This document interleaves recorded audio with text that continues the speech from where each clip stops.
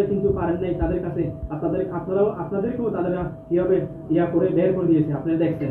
ঠিক আছে, এইটা আমি জোরপূর্বক দাবি জানাচ্ছি বর্তমান সরকার যথা যৌথ বাহিনীর কাছে এটার জন্য ব্যবস্থা করে তারা।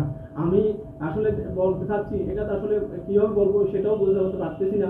এটা একটা আমরা একটা স্বাভাবিক সাধারণ ব্যবসায়ী, এই ব্যবসায়ীকে সন্ত্রাসীরা কিভাবে কুক্ষিত করে এই দখল বাণিজ্য শুরু করছে, এটা কিন্তু আমরা আগে কিন্তু আমরা ভালো ব্যবসা বাণিজ্য করে আসছিলাম, এখানে কিরকম কোনো কিছু হয়ে আসে নাই।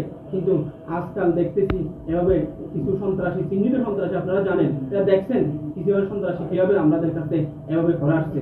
আরো শুনতেছি এটা ওরা আরো অনেক কিছু করার চেষ্টা করতেছে। এ হচ্ছে আমার সংবাদের প্রতিবাদ। আপনি বলবেন যে আজকে দখল করছে কিভাবে, কারা কারা কার নেতৃত্বে কিভাবে দখল করছে, কখন এগুলো করছে?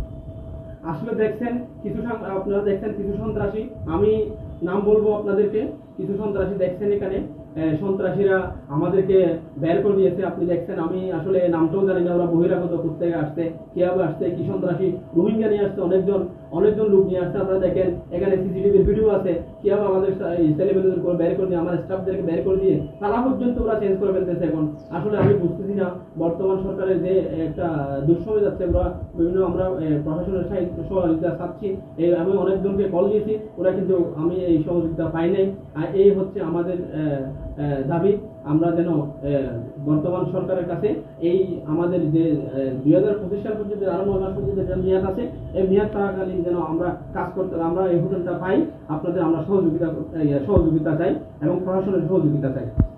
হোটেলে শামসুল আলম, যিনি বাগেরহাটের মানুষ, উনি বাগেরহাট আওয়ামী লীগের সহসভাপতি। উনি, আমি জানি না উনি এখানে কিভাবে আমাদেরকে জোরপূর্বক এত লোকজন, এত মানুষজন কিভাবে নিয়ে আসতে।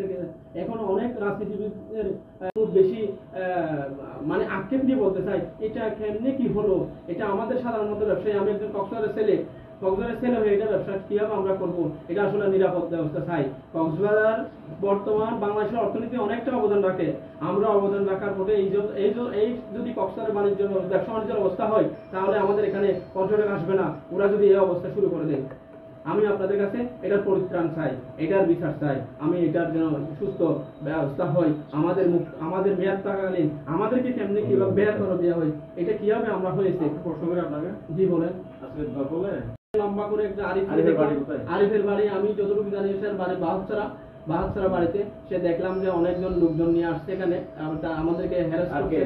আমি তারিখে দেখছি ইকবাল ল্যাংমা একজন আসছে, ইকবাল একজন জি আমি তো আর কিছু জানি না। আর ইকবালের বাড়ি আমি কোথায় জানি না।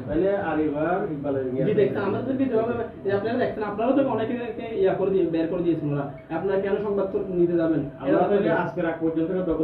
আমরা এই তো রাত, আপনি দেখছেন সিসিটিভি দেখবেন, আমরা রাত 9টা পর্যন্ত এটাই ছিলাম, 9টার পরে দখল করছে।